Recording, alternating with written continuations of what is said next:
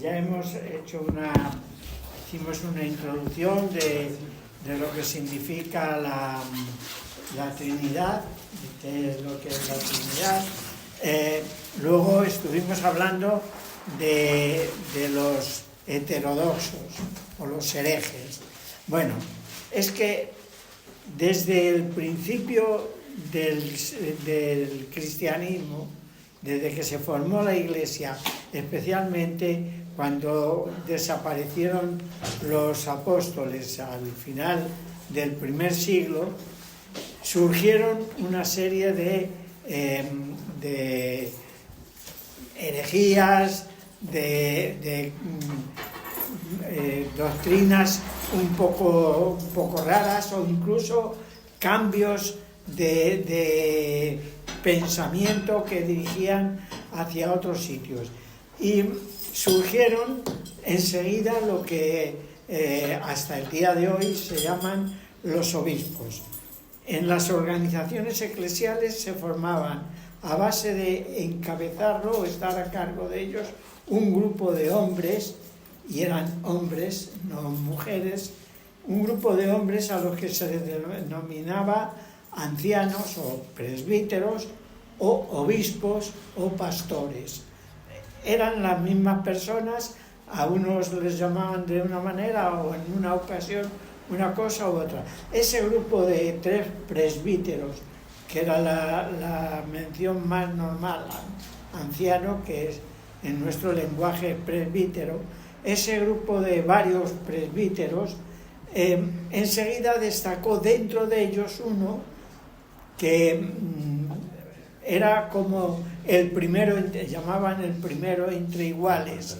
Ese uno empezó a coger de ese nombre triple de obispos, pastores, presbíteros, se apropiaron del nombre obispo, y entonces era el que estaba encabezando ese grupo de presbíteros, y además ya empezaron a incorporarse a sus diócesis pues las iglesias pequeñitas de alrededor de la iglesia grande, y entonces formaron lo que ya en nuestro tiempo se conocen como las diócesis, ¿no?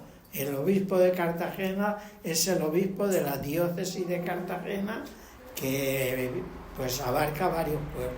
Bueno, esto es, en cada sitio había un obispo, en cada iglesia había un anciano sobresaliente, y de ahí empezaron a surgir una serie de doctrinas un poco raras, que eran algunas de ellas estudiamos el domingo pasado.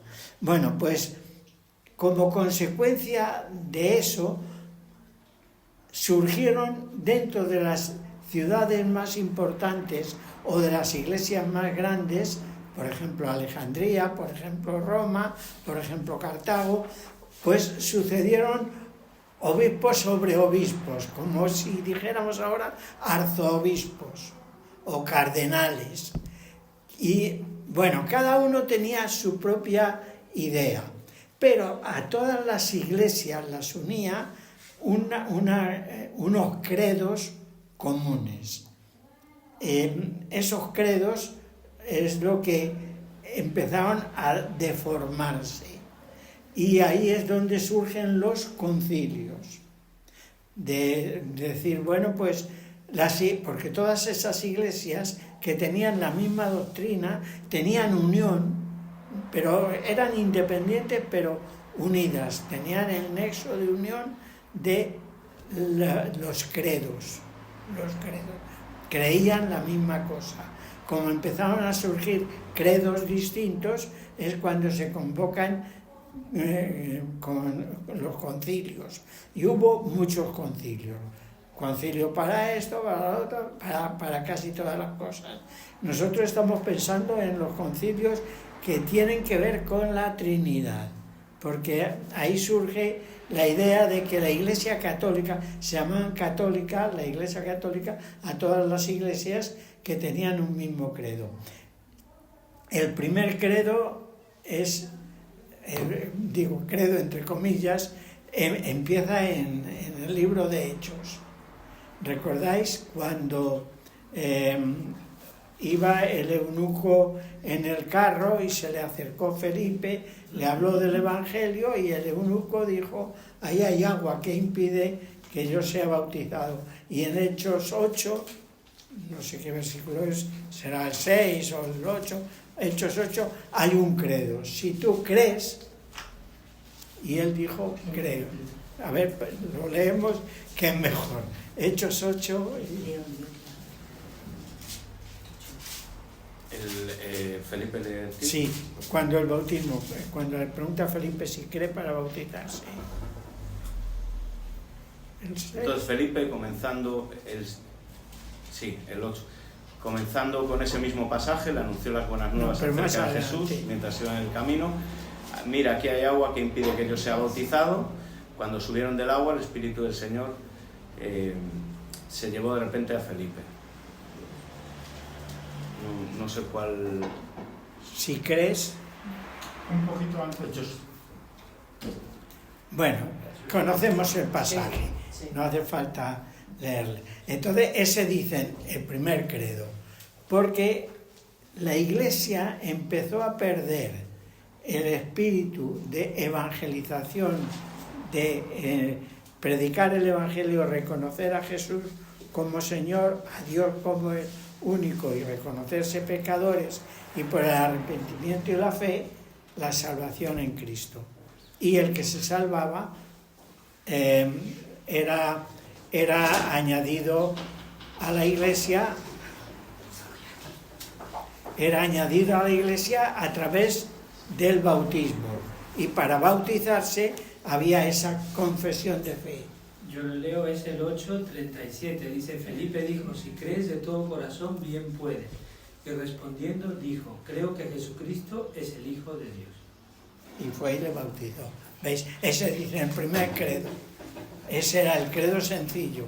¿Crees en Jesucristo como tu Salvador? Creo, te bautizo. Entonces empezaron las normas o los credos a sustituir a la fe vivida, la fe trabajada, la fe que se movía.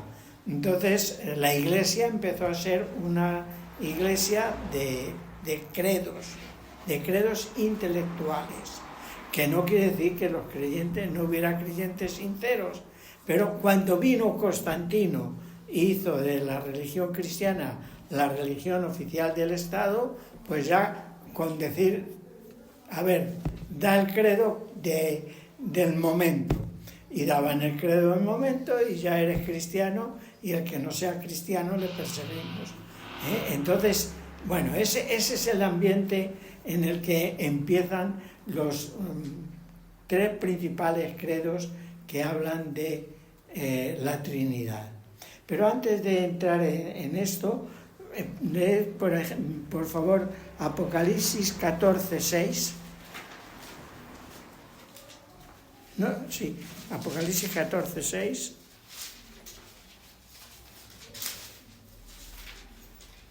Vi volar por en medio del cielo a otro ángel que tenía el Evangelio eterno para predicarlo a los moradores de la tierra, a toda nación, tribu, lengua y pueblo. El Evangelio eterno. O sea, que hay una cosa que las Escrituras llaman Evangelio eterno, porque viene desde la eternidad y no cambia. Entonces pueden cambiar costumbres, pueden cambiar modos, credos, confesiones, pero el Evangelio no puede cambiar. Así que cualquier credo, costumbre, forma que no se ajuste al Evangelio en el sentido amplio, toda la doctrina de la redención. Entonces, todo lo que no se ajuste a eso, pues es un error. Y eso era lo que estaban combatiendo en estos concilios. Y en Judas 3, está al ladito, Judas 3.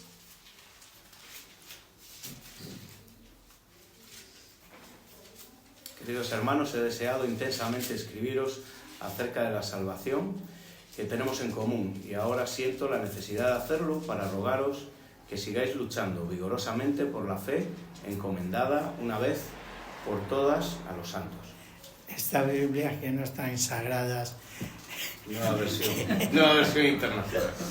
¿Cómo dice? Por eso el versículo que tú buscabas no aparece ahí. Pero no porque, quise, bueno, es que... Ahora que me sacas el tema... Es que eso, el 37... Eso es otra historia. Otra historia, en un segundo. Es que estas Biblias están sacadas no de el Textus Receptus, y entonces en el otro texto pues hay versículos que no están, y estas versiones modernas donde hay la Reina Valera del 60 del Textus Receptus, y ahí sí viene más completo.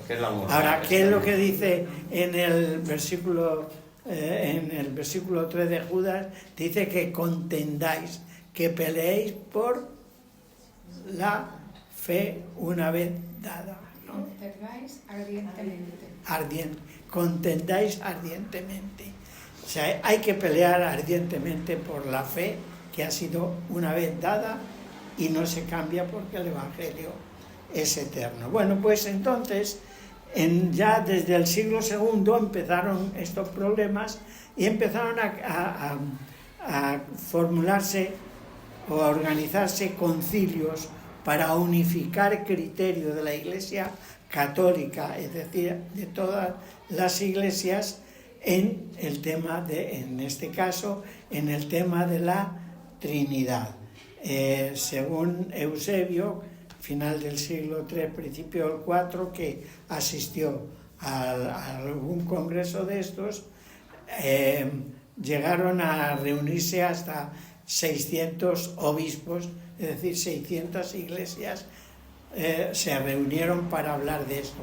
El primer concilio que es del que vamos a tratar es el concilio de Nicea. Allí se reunieron, se celebró el año 325, de mayo a junio, con asistencia de entre 300 y 318 obispos. Sí, el primer concilio está en Hechos, ¿no? Ya, no digo el primer concilio sobre la Trinidad. Lo de Hechos lo llaman el primer concilio, no fue el primer concilio porque la reunión fue de las iglesias de Jerusalén con Pablo y Silas, pero bueno, era lo que había, no había mucho más, y de los demás vinieron en representación Pablo y Silas. Posiblemente también iría alguien de Antioquía, posiblemente, pero no lo menciona. Pero bueno, entonces aquí tenemos este concilio con 318. A mí me gusta destacar que uno de los principales o de los presidentes de ese concilio era el obispo Osorio. Osorio era español, por eso hay que no es por nada. Si llega a ser un congreso de fútbol, sería argentino. Pero como no era de fútbol, este era español.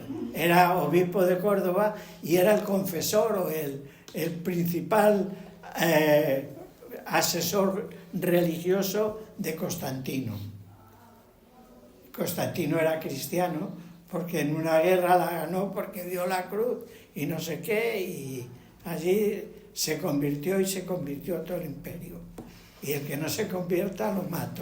O sea que, buen sistema. Bueno, ¿qué pasa con el concilio? El principal era el principal empujador de este concilio era Alejandro de Alejandría. Perdón, sí, era Alejandro de Alejandría, que era el que tuvo las peleas con todos, le quitaban, le ponían. El emperador, según le gustaba lo que decía, lo sacaba de Alejandría, si no lo volvía a poner. Pero bueno, este es el que peleó tremendamente por celebrar este concilio.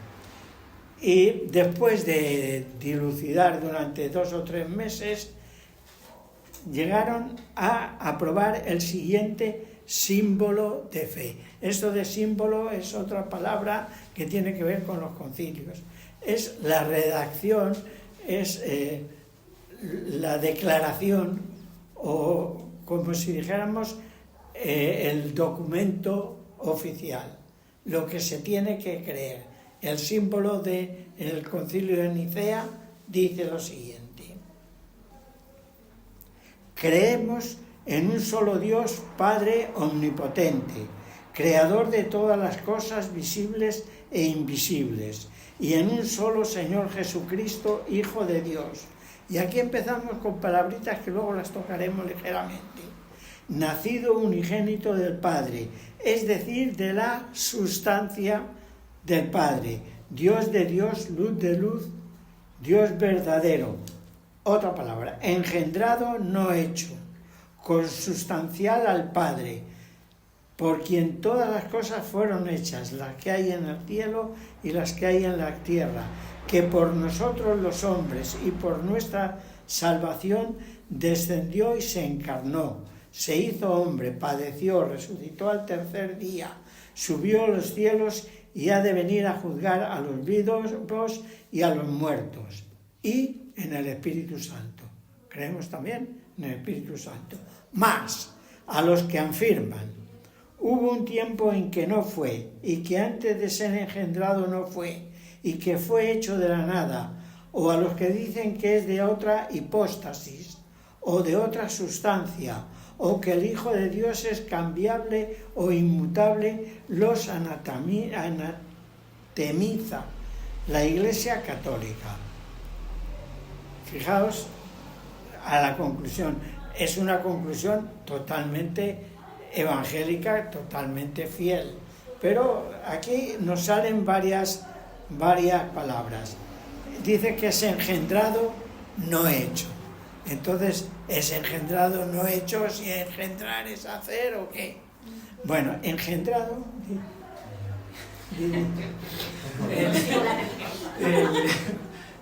Este concilio se ve claramente en relación a la Trinidad, que fue como una respuesta, ¿no? Lo que tú dices hacia una herejía. Fue Arrio, creo, el que estaba diciendo sobre esto, y Alejandro era el que, ¿no? Porque estaban en una discusión y no pudieron llegar a un acuerdo, y entonces Constantino, ¿no? En Nicea les da, creo, el palacio, ¿no? Para que ellos vayan, o sea, él es el favorecedor de este concilio y hace que vayan todos al imperio, que está en Turquía, ¿no? Nicea. Sí, los tres están en lo que ahora es Turquía. Bueno, yo es que no quiero entrar demasiado en detalle porque no nos da tiempo, pero las palabras engendrado, no hecho. La palabra que usa aquí es geneao, que 1 de Juan 5:1, lo podéis leer. Mientras se busca, explico. En aquel tiempo, en el primer siglo, se pensaba que quien engendraba era el hombre. La mujer era una simple receptora de la semilla del hombre. O sea que lo que nacía tenía que ver con el hombre. La mujer era una receptora. Y entonces es en este sentido que el nuevo ser que nacía era engendrado por el hombre, no era solo que era hijo de ese hombre, sino que era parte de ese hombre, era una generación de la misma generación que el hombre. Primera de Juan 5:1, quien lo tenga que lo lea. Todo aquel que cree que Jesús es el Cristo es nacido de Dios, y todo aquel que ama al que engendró, ama también al que ha sido engendrado por él. ¿Veis? Ellos se basan en un versículo bíblico, 1 de Juan, en el que dice que Jesús es engendrado por Dios y nosotros somos engendrados por Jesús. Quiere decir que somos de la misma sustancia que el que encabeza el grupo de engendradores. No es, por eso dice, no es hecho, no fue hecho. Como el hombre natural es hecho por Dios. Y este engendrar quiere decir que viene de la misma sustancia, del mismo ser de Dios. Dios es, eternamente es, y igual que Dios es de esa misma generación, de ese mismo ser, de donde el Padre representa la generación de Dios, pues de ese mismo ser viene Jesús.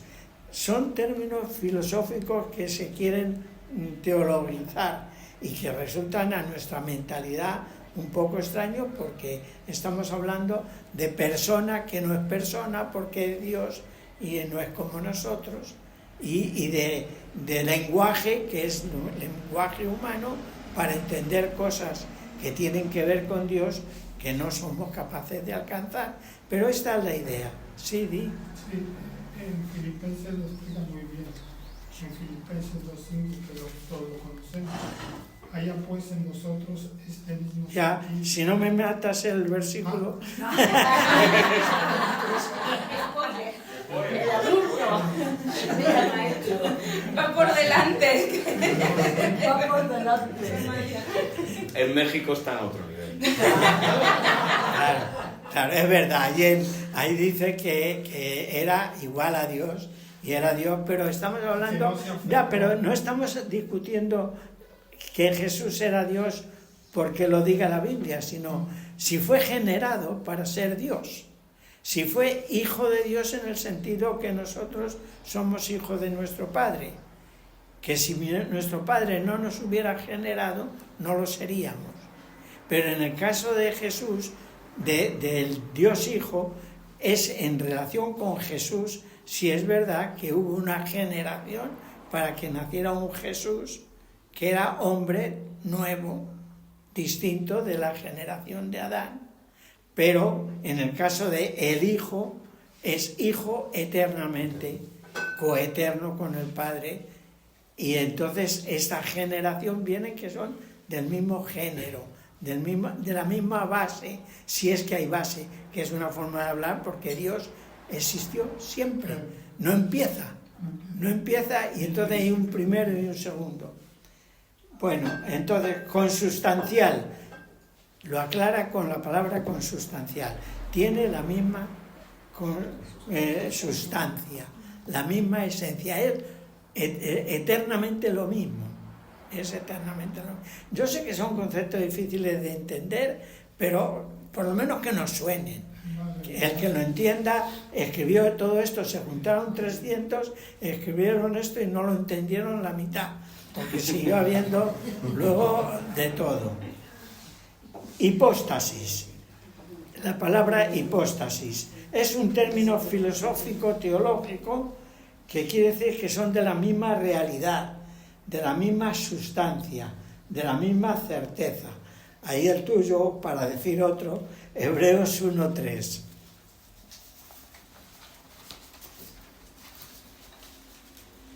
Le sabéis de memoria, pero...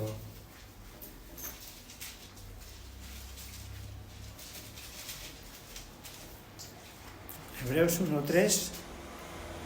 El cual, siendo el resplandor de su gloria y la imagen misma de su sustancia, y quien sustenta todas las cosas con la palabra de su poder, habiendo efectuado la purificación de nuestros pecados por medio de sí mismo, se sentó a la diestra de la majestad en las alturas. Esa misma sustancia, la palabra griega es hipóstasis, es de la misma sustancia, del mismo ser, es lo mismo, no son cosas distintas, es lo mismo. En otro concilio, en el que viene ahora, vamos a ver otro concepto. Bueno, así a grosso modo, como todo esto, luego lo envío, lo podéis leer más despacio, ahora es hacer un repaso para cubrir todo. Entonces, esta es la pelea que tuvieron los cristianos en aquel tercer siglo en relación con la divinidad de Jesucristo, porque como habíamos estudiado anteriormente, dudaban de que Cristo siquiera fuera persona, que era una representación, o era que el Espíritu Santo había entrado en el bautismo en Jesús, y cuando iban a crucificarle se fue y crucificaron a Jesús, porque este era un hombre bueno que había cumplido muy bien la ley. Otros decían, pues es que es un Dios segundo, como hacen los arrianos, es decir, los testigos de Jehová. Es un Dios creado que es divino, pero no es Dios. Bueno, pues ese concilio llegó, con lo que hemos leído, a la conclusión de que Jesús es Dios y el Espíritu Santo. Ahí solo mencionaron en la misma condición, creemos también en el Espíritu Santo. Bueno, poco tiempo después, unos 50 o 60 años después, como seguían con los mismos problemas, Teodosio, el emperador Teodosio, por cierto, era español. Claro, es que España eran provincias romanas y eran romanos igual, pero da gustillo, ¿verdad? Y luego lo que hicieron no era para ponerse contentos, pero bueno. Entonces reunió otro concilio en Constantinopla. Constantinopla había suplantado totalmente a Roma en cuanto a emperador. Vivían ya en Constantinopla en vez de vivir en Roma, pero el obispo de Roma se hizo con los mandos como si fuera el emperador. Por lo menos era el emperador de la Iglesia, aunque todavía le llaman papa, pero todavía era solo obispo de Roma, con la misma categoría, bueno, quizás menos categoría que algún otro obispo. En Toledo, algún concilio de Toledo le dio bien en la cresta al Papa de Roma, diciendo que no estaba de acuerdo. Bueno, pues allí se juntaron otra vez para pelear con los arrianos, los sabelinos, los no sé qué, un montón de gente. Por ir al grano, el credo niceno-constantinopolitano, toma ya, me ha salido, porque el concilio de Nicea, era como una continuación, entonces aprovecharon el símbolo de Nicea y añadieron alguna cosa más, especialmente para aclarar más que el Espíritu Santo también es Dios. Y dice así el concilio niceno-constantinopolitano: creemos en un solo Dios Padre, omnipotente, creador del cielo y de la tierra, y de todas las cosas visibles e invisibles, y en un solo Señor Jesucristo, el Hijo unigénito de Dios, nacido del Padre antes de todos los siglos, luz de luz, Dios verdadero de Dios verdadero, nacido, no hecho. Aquí en vez de, ya usa otra palabra para que quede claro, ¿no? Que es nacido, pero no porque ha nacido, sino porque es igual. Consustancial, vuelve a decir, es consustancial con el Padre. Y dice de Jesús igual que del Padre, por quien fueron hechas todas las cosas, que por nosotros los hombres y por nuestra salvación descendió de los cielos y se encarnó por obra del Espíritu Santo y de María Virgen, y se hizo hombre. Aquí menciona Virgen por primera vez. Y se hizo hombre y fue crucificado por nosotros bajo Poncio Pilato. Descendió, fue sepultado, resucitó al tercer día según las Escrituras y subió a los cielos. Importante, menciona según las Escrituras. Todavía el canon no estaba hecho, o sea, todavía no estaba como el Nuevo Testamento no estaba en un libro diciendo esto es la palabra de Dios. Eso tardaría algún tiempo en aparecer, pero mencionan citas del Nuevo Testamento y lo llaman las Escrituras, igual que el Antiguo Testamento. Entonces, importante que ya mencionaban las Escrituras, que subió y está sentado a la diestra del Padre y otra vez ha de venir con gloria a juzgar a los vivos y a los muertos. y su reino no tendrá fin.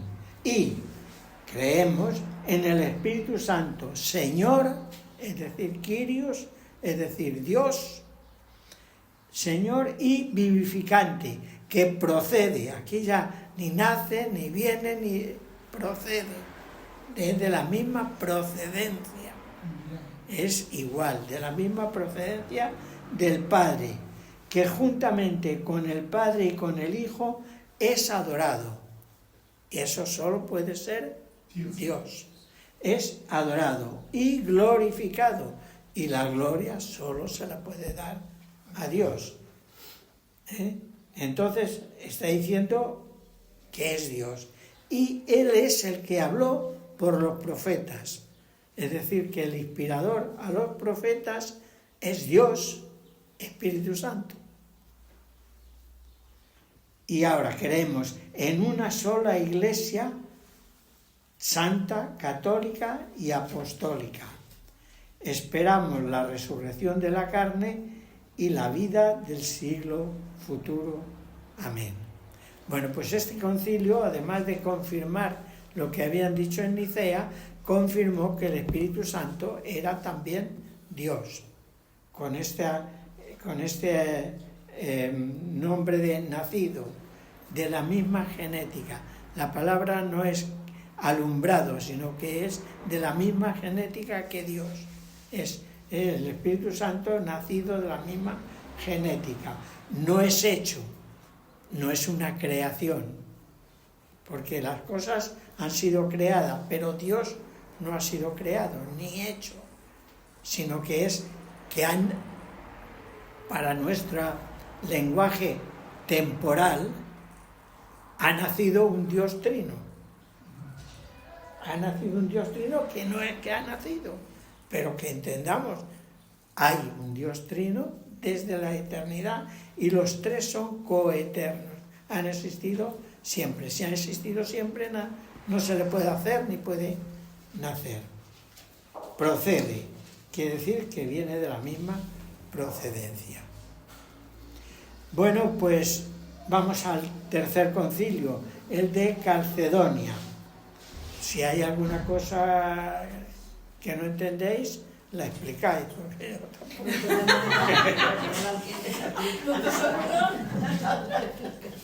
No, pero se entiende. Entendemos, no comprendemos, pero entendemos lo que quiere decir este lenguaje. Estamos hablando de un Dios eterno que ha existido siempre y que ha hecho todo. Entre ese todo estamos hechos nosotros, que por nuestro pecado nos hemos apartado de Dios, y en Jesucristo se encarnó Dios en Jesús para morir. Un ser nuevo que ahora en Calcedonia nos va a explicar algo de este asunto. Vamos al concilio de Calcedonia.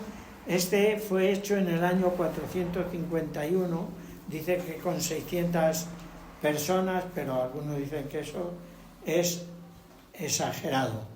Y lo que querían pelear por lo que hicieron este concilio es por ir contra el monofisitismo. ¿Qué quiere decir monofisitismo? Quiere decir que es uno solo, que en Jesús había una persona. Por eso, según los nestorianos, se iba, venía el Espíritu, lo hacía Cristo, lo hacía Mesías, para que no muera, porque Dios no puede morir, se va y tal. Y entonces, la misma persona era Dios y Cristo, era una sola esencia. Y entonces aquí nos va a decir, no es solo una esencia, sino que hay que no confundir las dos naturalezas. Este era el meollo del asunto de este concilio. No hay que confundir las dos naturalezas, porque en la persona de Jesucristo hay dos naturalezas, una divina y otra humana. Y no podemos confundirlas ni decir que es lo mismo, que es solo una cosa, ¿no? Son dos personas. Ahora, Siguiendo pues a los santos padres, dice el concilio de Calcedonia, los santos padres son los de los concilios anteriores. Hay,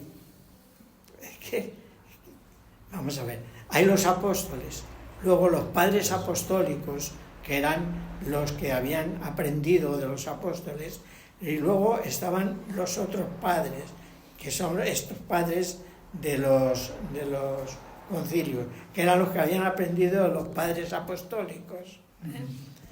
Bueno, ahí no nos metemos, seguimos.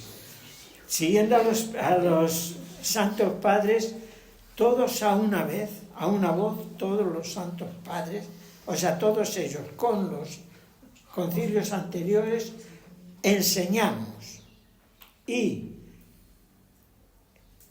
hay que confesar, y confesamos, que hay un solo y el mismo Hijo, nuestro Señor Jesucristo. Un solo Jesucristo. No son dos, uno que está, pero no, que sí, pero ya, no. Hay un solo Jesucristo. El mismo es perfecto en la divinidad y el mismo es perfecto en la humanidad. Dios verdadero y el mismo verdadero hombre de alma racional y de cuerpo.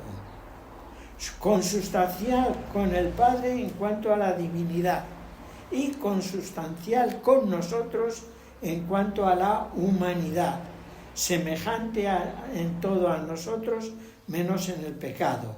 Hebreos 4:15. Engendrado del Padre antes de los siglos en cuanto a la divinidad, eternamente engendrado. Y en los últimos días por nosotros y por nuestra salvación, engendrado de María, Virgen, y aquí viene la palabra rara, Madre de Dios en cuanto a la humanidad. La idea de Néstor, que era uno de los heterodoxos, pero la idea en cuanto a María, Madre de Dios, era que Dios se había ubicado como en la semilla del hombre, como la semilla del hombre se ubica en la mujer, y la mujer no tiene, en aquel tiempo, la idea, la mujer solamente era una portadora y creadora de eso, pero la generación, la genética era del hombre. Pues igual Dios usa a María sin que María sea la madre de Dios, sino que Dios pone una simiente en la mujer para que esta simiente florezca y nazca un hijo de mujer, pero que no tiene nada que ver con la mujer en cuanto a su esencia, sino que es esencialmente un nuevo ser hecho por Dios. Y en ese sentido dice, es Madre de Dios en cuanto a la humanidad. Luego eso se ha convertido en lo que se ha convertido.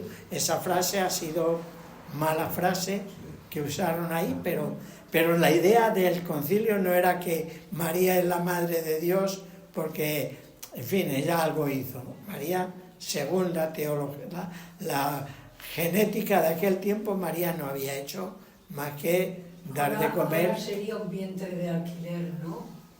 Podíamos decir, sí, pero sí, pero que alimentando algo, porque el vientre de alquiler algo de poder tiene, pero ahí solamente lo ha, para que fuera creciendo aquello fue creciendo y ya nació el hijo. Pero bueno, lo importante, se ha de reconocer a uno y solo y el mismo Cristo, Hijo del Señor, unigénito, en dos naturalezas. El concilio de Calcedonia lo que enfatizó es las dos naturalezas de Jesucristo. Sin confusión, no hay que confundir una naturaleza y la otra, sin cambio, no se intercambiaban, sin división y sin separación. En Cristo, en Jesús, el tiempo que vivió en la tierra, se dieron las dos naturalezas. Naturaleza divina, naturaleza humana. Totalmente Dios, totalmente hombre. ¿Por qué? Ya me parece que lo mencioné el día anterior. La paga del pecado es muerte. Y cuando habla de la muerte, habla de la muerte eterna. Muerte eterna, para toda la eternidad. Esa es la paga del pecado, la muerte eterna. Entonces, si nos morimos, es la paga. ¿Qué hizo falta? Que un hombre sin pecado, y si nacía de mujer o de hombre, si nacía de varón, entonces venía con pecado. Si nacía de mujer, también venía con pecado. Eso lo sabemos ahora.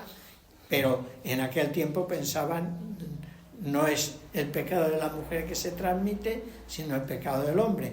Entonces, ¿qué pasa? Que Dios crea un nuevo ser sin pecado, una nueva genética, una nueva generación, alguien sin pecado. Y este alguien sin pecado es Jesús. Y entonces, Él como hombre muere en sustitución del pecado de todos nosotros. Para poder hacer esto tenía que ser un Dios eterno, porque si no era eterno el castigo, no podía ser quitado eternamente.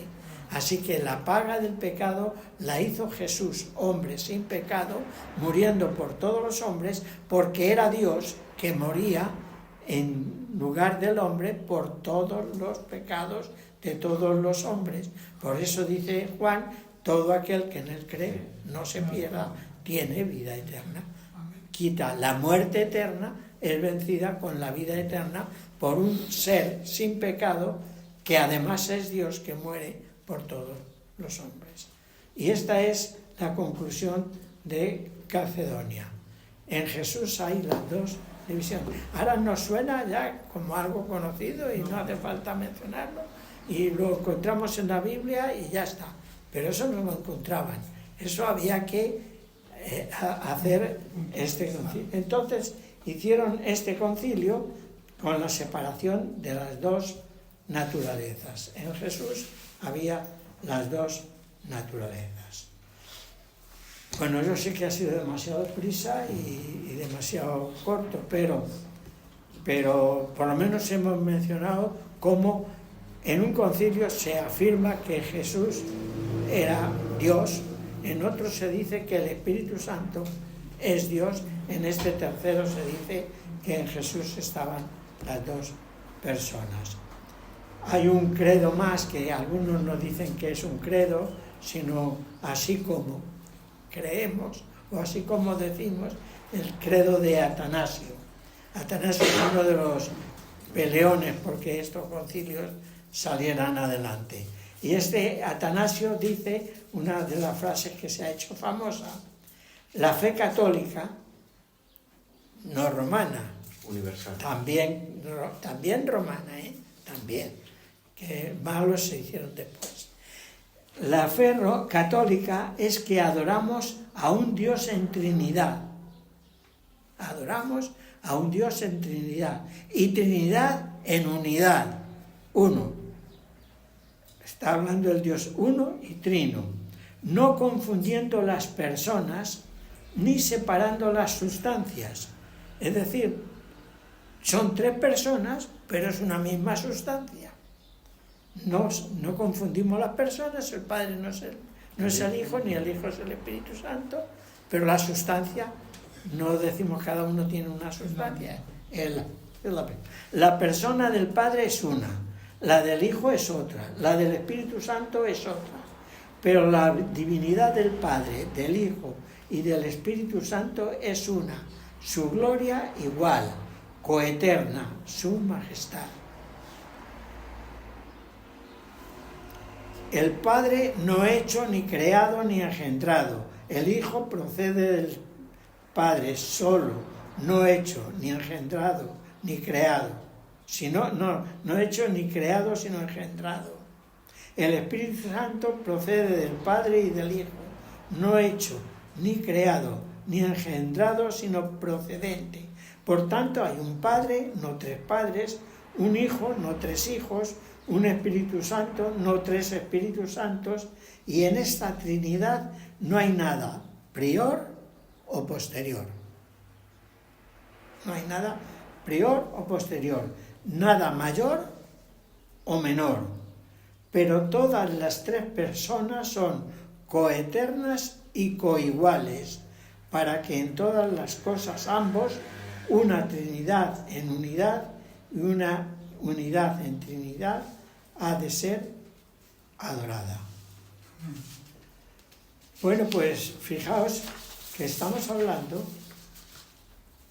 de hace 1500, 1600 años, que esto se acordó, que la Iglesia de hace 4 siglos, del siglo IV, tercero, segundo, tercero y cuarto, estaban en estas peleas y llegaron a estas conclusiones, y nosotros con palabras distintas, que ya no usamos este lenguaje, pero entendemos el mensaje y es lo que cree la Iglesia.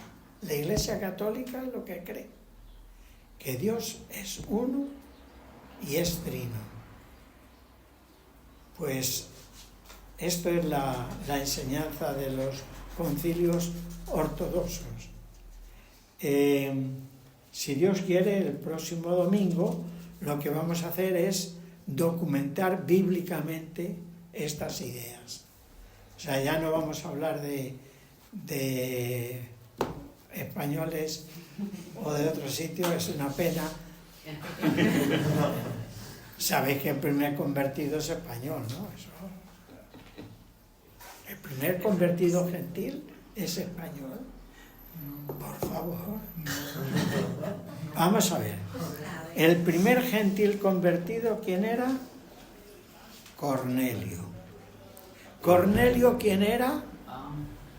El centurión de la italiana. ¿Por qué se llamaba aquella centuria la italiana? Porque se había formado de donde era el centurión Cornelio, que es Itálica. Itálica es una ciudad que era reposo, tenía como ciudad de descanso de los soldados, de los jefes romanos, y está en Sevilla.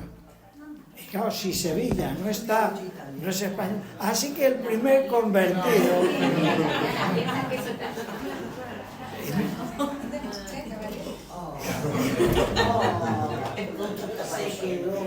Bueno, lo dejamos aquí.